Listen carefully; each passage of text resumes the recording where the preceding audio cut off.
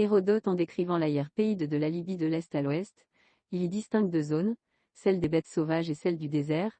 Elles sont séparées par un bourrelet de sable qui s'étend de l'Égypte à l'Atlantique, jalonné à intervalles de 10 jours de marche par des collines de sel contenant des sources fraîches. Manifestement, ce sont les oasis, dont la première à l'est est l'oasis d'Amon, oasis Siwa. Plus loin, à l'ouest, les Garamantes occupent un vaste territoire, le Fezzan, et plus loin encore s'élève l'Atlas, une montagne très haute, qui ne saurait être identifiée avec l'Atlas marocain mais plutôt avec le Hogar, 3000 mètres en plein Sahara. À Cyrène, Hérodote avait entendu parler de 5 braves Nasamons qui s'étaient enfoncés dans le désert, à partir de la Syrte en direction de l'ouest, et avaient abouti à une région marécageuse arrosée par un grand fleuve où vivaient des crocodiles. Ce voyage, qui paraissait impossible et imaginaire, a été rendu vraisemblable par la découverte de nos jours de la route des chars à travers le Sahara.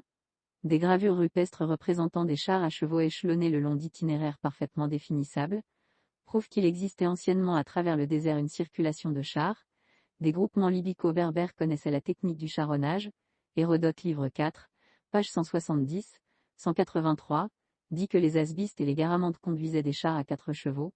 L'eau était moins rare qu'aujourd'hui. L'une de ces routes des chars allant du Fezzan à Gao, sur la boucle du Niger, peut expliquer l'aventure des Nasamons. Une autre, allant de la Tripolitaine à Kawar, explique que les Garamantes ont pu donner la chasse aux Éthiopiens troglodytes, c'est-à-dire aux premières peuplades noires qu'on rencontre dans le sud.